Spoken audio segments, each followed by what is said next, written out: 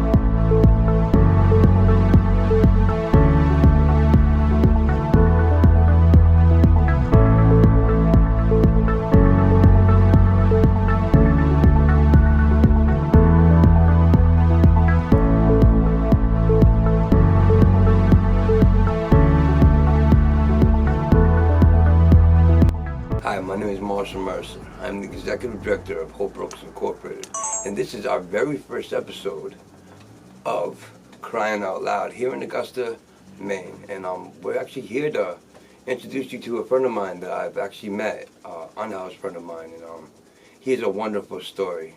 And I'm gonna let him introduce himself. Matter of fact, he's gonna be coming right now. Have a seat, my brother. So yeah, my name is Kalon. I'm currently right now I reside over at the Sober House right down the street from your office here, which I've been blessed to be able to have that opportunity. I was holding out a job at Damon's for a while, working in the recycling redemption area and doing also cash register, and I did that for a few years anyway. Had a good positive routine going every way. And then now thinking about it, I think it was something in the relationship where it just, something bothered me and I couldn't let it go. You know what I mean? And it just ate at me, and I wouldn't let it go. And so started using again to cover that up, to numb it out. And then, it's that bad mentality, that lifestyle. And it's just, it's using the drugs every day. It numbs you, so it throws you off where you should be, and I think that's what was going on. Is I was living in that drug stupor, just trying to fool myself into thinking you're okay, just block it out and just keep on trucking. So Isolation? You stay isolate yourself when you get in those areas? I've noticed I can isolate myself. I think there's a good isolation and there can be a bad isolation. But yes, I do have a tendency. Like I said, just when you have those bad traumas or memories, that can be a barrier in itself sometimes to take that next step because you're fearful, well, I put all this effort, all this time, and then I get burned again. I can't deal with that. I can't go through that again. And that can be a big barrier, and I think sometimes that was some of the barriers that would stop me from trying to progress with my life because you're already seeing yourself as a failure when you haven't even tried, so. I see you come alive when you're with people and connected. That's why I was asking the opposite of addiction is connection. Yes, I honestly agree. So it's like every time we were at the center, I see you cooking for everybody, smiling on your face. When I see you communicating with somebody, smile on your face. When I see you helping, healing people, smile on your face. You seem like a healer. So that's why I was asking. Yes, I remember you saying that. Because like with me, even though I'm an introvert, I'm a wicked bad introvert. I'd rather be by myself. I don't like being around people. And I was like that. But I glow when I'm on the right people, when I'm doing the right thing. When I'm not doing negative stuff, or I'm not out there trying to hustle or beat up somebody or rob somebody. But when I'm doing positive stuff and I see smiles on faces and I see peace getting brought over somewhere, I see that light spark in the eye and someone's eye and come alive, that brings this peace over me. Right. So, and that's what makes me happy, and I'm glad you brought that up because, like, if I can, where I'm at right now is I feel like if I can just make the tiniest little bit difference of positivity in someone's life. Whether it's, if I think it's the small, stupidest little thing, that might be the biggest thing in the world to that person. You know, we all have things that we perceive in different ways, but that's what makes me feel good, because that's what I wanted when I was out here struggling, hurting, and I had nowhere to turn, nowhere to look, no smiling faces, no love being sent my way. It's hard, and the littlest act of love could spark something and turn someone's day around. You know, it's that little. Everything we do, I honestly feel, has a for every action there is a reaction. You know. Absolutely. Okay, hold on. Start with this. Where did you first meet me? Oh boy, when did I first meet you? I would say that's probably when I was staying at the Women's Center. I would say The Women's Center. right around that time. So, the Women's Center. How did you come to find yourself at the Women's Center? Well, that instance was, I was living out with a friend of mine out in Whitefield, which is pretty close to here, in the outskirts of Augusta. And I was staying in a camper with him. It was me and him, and he had that little camper on his parents' property. Anyway, it came to the point where the camper wasn't going to be any longer livable. It was falling apart. You know, I was supposed to stay in him for so long. But I found myself not really having a place that I knew that I needed to be able to live, to go. So I found the Women's Center. Prior to the Women's Center, you want to tell us a little bit about who Kay was then? What got you to a Women's Center? Oh boy, that's a lot of things are incorporated in that, I think. I would say I have a beautiful daughter. She's 8 years old. Her name is Chloe. Chloe. Yeah, she's beautiful. And her mother, Ashley, we had a 5-year relationship where she was born, of course. And there was a lot of drugs and a lot of... let me back that up a little bit. She's always struggled with that aspect in her life. I don't know exactly what the reasons are for her, but I kind of was like sucked into it just because it's around my environment or whatnot. And I've always kind of had a little issue with struggling with drugs throughout my whole life as well. You know, it was kind of like surges. I'd go into it and then I'd snap out of it, and I'd go back into it and snap out of it. But because of the trauma from that relationship and just a lot of fears, it went bad. We split our ways, and I realize now that it was the best thing for all of us. I couldn't see that at the time, you know, because we always want to hold on to things that we feel like that we are owed, or, you know, some things that are important to us, and we all do that. We want to grab onto something and not let go. But that's basically what happened that led me to going to the center there, because I had put my whole life into that relationship. So I didn't have many other outlets outside of that, you know. So it was pretty much, that was it. And I focused on just that one thing. So when it was gone, I had nothing. So that's pretty much how I ended up with the Women's. Were you from around this area? I've traveled a little bit. I haven't been to the West Coast yet, but I was born in Korea, in South Korea. I didn't know that. Yes, so I was adopted when I was 3 years old.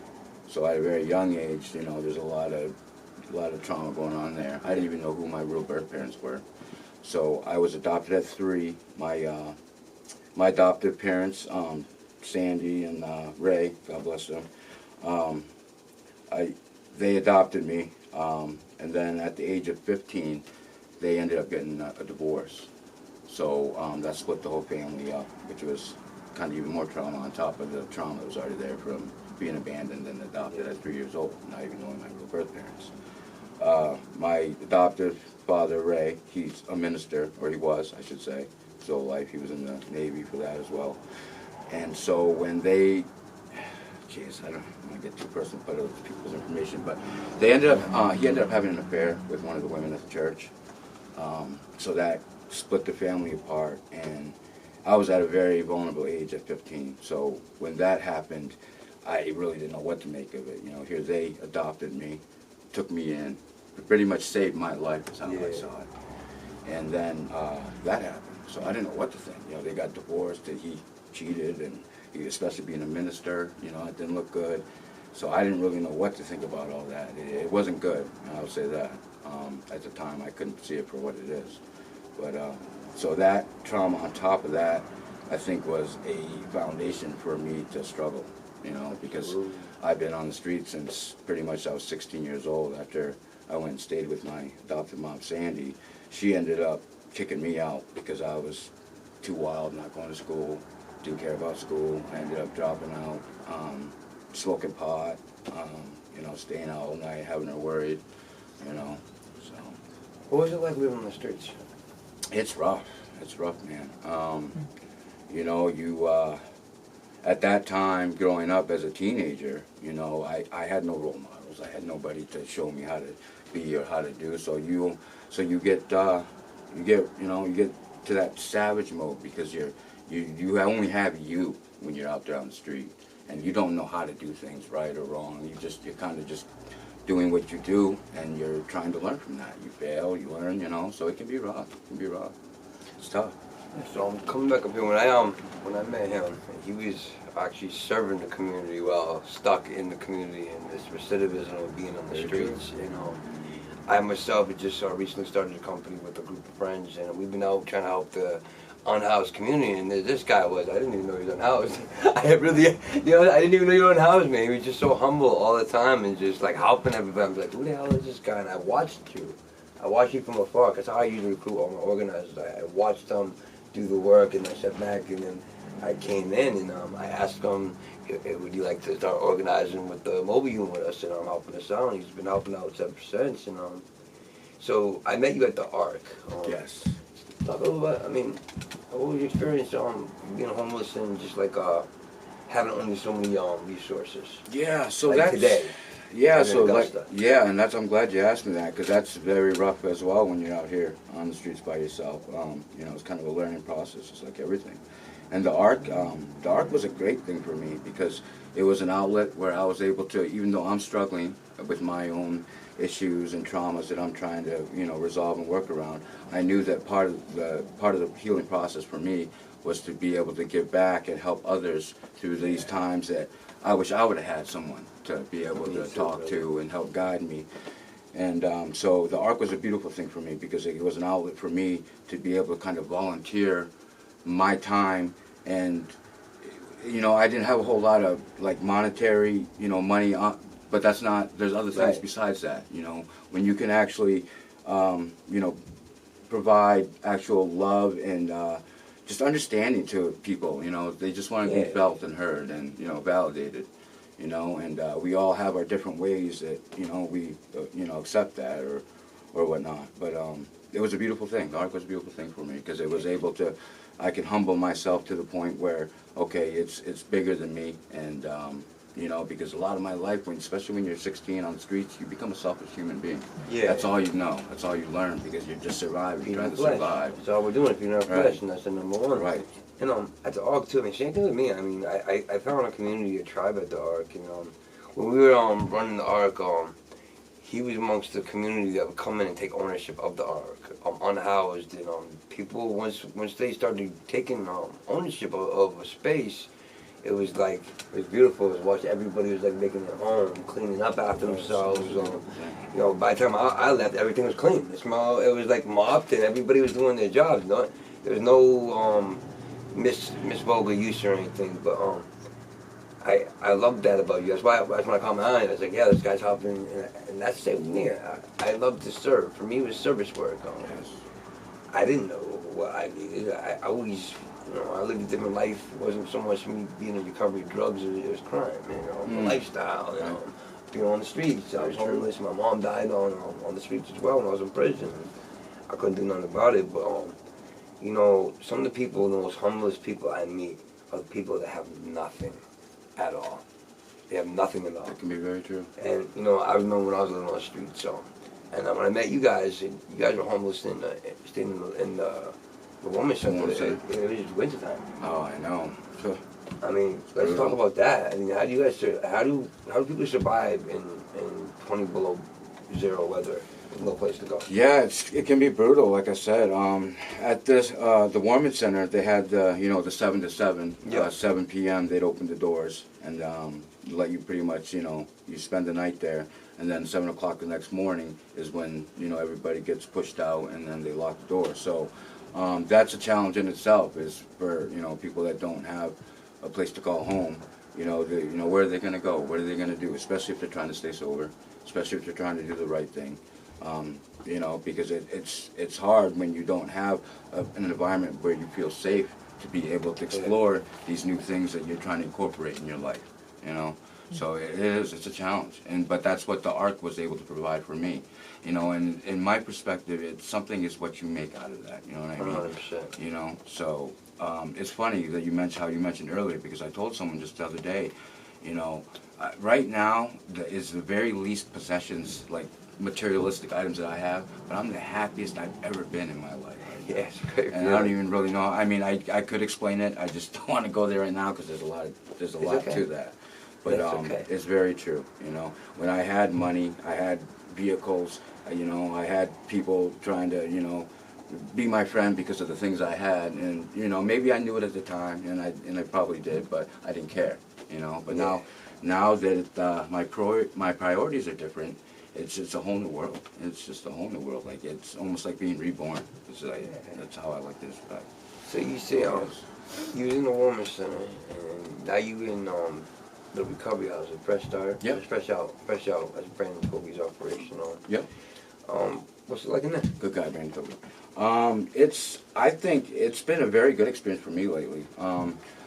Just like anywhere else, you're gonna have obstacles. You have a bunch of different people, individuals in there that are trying to stay sober, and they're trying to, with the healing process. So there's always, things that you're gonna experience that maybe you didn't want to, other people's issues and stuff like that. So it's a challenge, because I try to use those things to try to better myself. Anything I come across, I try to use it to better myself.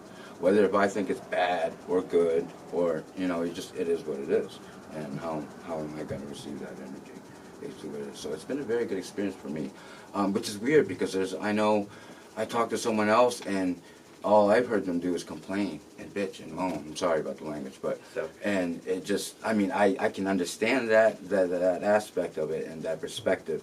It's just it's funny to me though, because I'm on the whole other end of that spectrum now, but I can relate to it. So just like anything, it is what you make it, But it's definitely, I think I'm grateful to Brandon Toby.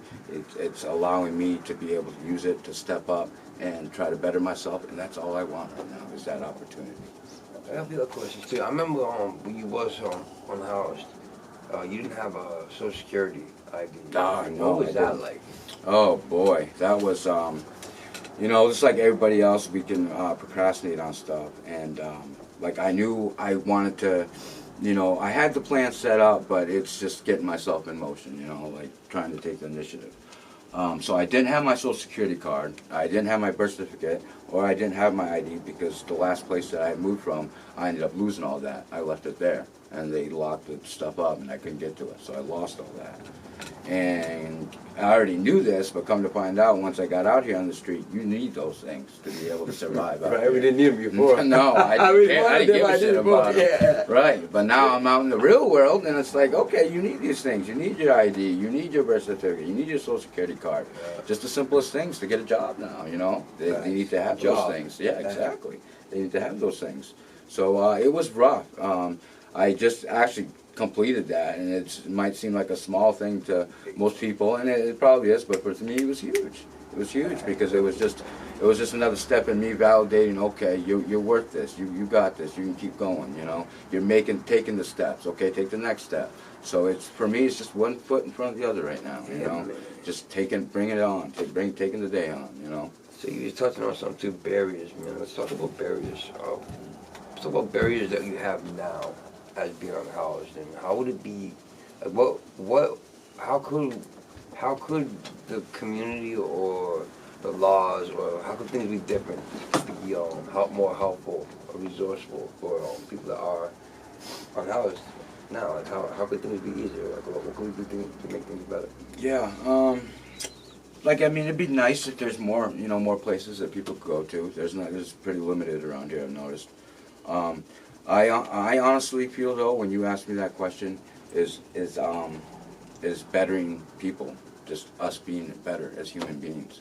Because I mean, there's a lot of people out here in this population that know nothing about this or care to know about this stuff. It doesn't affect them, you know what I mean? So that can be a barrier right there.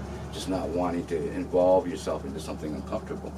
So, and like I know we've talked about, I'm at that point where something makes me uncomfortable. I try to delve into that because that's something inside of me maybe has a fear of somehow, and I might not even realize it. You know what I mean? But that is pretty much like an alarm for me. Is hey, you need to take a look at this because you're not comfortable. So what's really going on right here? You need to study this, analyze it, and be all right with it. So that's how I try to look at it. I love your philosophy on things, man. Ever since I've met you, I don't think I've ever seen you get mad yet. I've seen you get like irritated. Oh, I definitely and then get walk mad. away. Not but mad, you handled mad. yourself in a very good way. Well, thank you. I appreciate that. I'm still working on my anger issues. I got those. We all are. We all are. It's alright though. But thank you though. I really appreciate that because a lot of people don't notice little things like that. I do. I see that in a lot of things because I see things I want. I want peace. I want to be more humble as well. Where do you see yourself in the future? Where do you see future healing? And that's what I was searching for, is that peace. Honestly, right now, I don't even know. Right now, I'm just focused on trying to better myself, as a human being every day, and I give it up to my higher power that what's for me I'll be led to it, or it's gonna be led to me. I just need to keep on working on myself and bettering myself as a human being, and whatever is meant to be is gonna be. And that's how I'm looking at it. Right? One foot in front of the other. 100%.